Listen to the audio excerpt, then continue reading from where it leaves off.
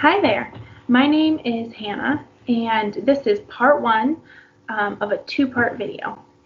So February was Teen Dating Violence Month.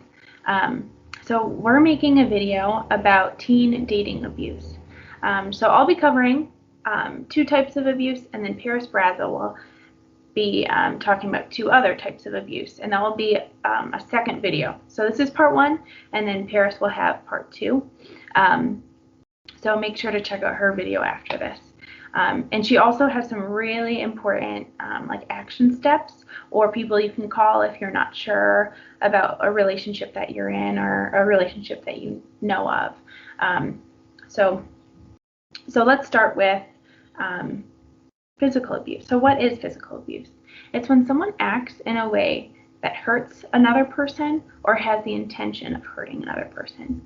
These are unwanted acts that can cause injury, disability, or even death. Sometimes there's proof of physical abuse, like physical proof, like bruises or whatnot, and sometimes there isn't. In these cases, there is an abuser, a victim, and sometimes a witness. If you're experiencing physical abuse or have been witnessing physical abuse, it's important that you tell a trusted adult, like a teacher, school counselor, or a therapist. People who are victims of physical abuse sometimes don't even realize how unhealthy their relationship is. And they need people like us to realize what is really going on and help them get the help that they need. So what are some examples of physical abuse? There's like hitting, slapping, punching, kicking, scratching, pushing, pulling. Perhaps the abuser might throw an item at the victim. They're threats of like a weapon being used or unwanted touching. Controlling acts like preventing a person from leaving or going somewhere else. So that's the section on physical abuse, and now we're going to talk about emotional and verbal abuse. So emotional and verbal abuse includes non-physical behaviors such as threats, insults, constant monitoring or checking in, excessive texting, humiliation, intimidation, or stalking. Relationships can still be unhealthy or abusive even without physical abuse. So there's a lot of examples of emotional and verbal abuse. Just to name quite a few, actually.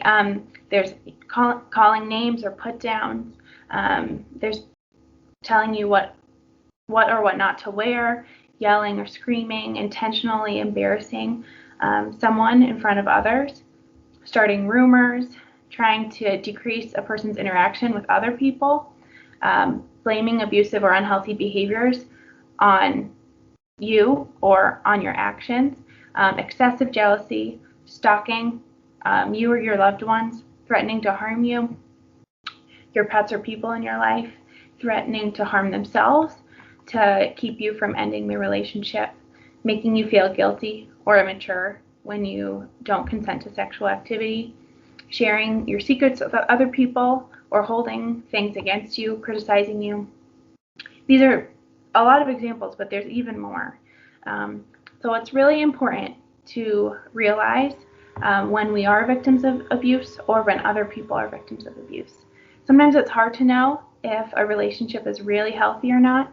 And that's why it's so important to talk with a trusted adult in your family or at school or even at Beachbrook.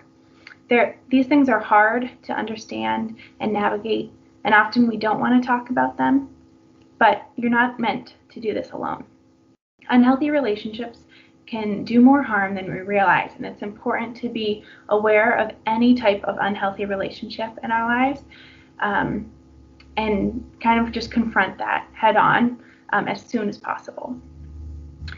This is also a reminder to assess ourselves and how we're treating other people in our lives. Sometimes it feels easier to be mean to someone rather than loving them or caring for them, and we really don't know what's going on in someone else's life. They might be experiencing great difficulty, and we might not know about it. So it's so important to keep an eye out for other people and to make sure that they're being loved and cared for well.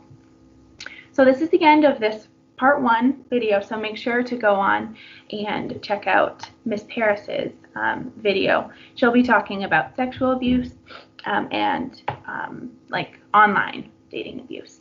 So, and then also lastly, at the end of her video, she has a really important section about like action steps or who to call or how to kind of figure out like, do I know about an abusive relationship or am I in an abusive relationship?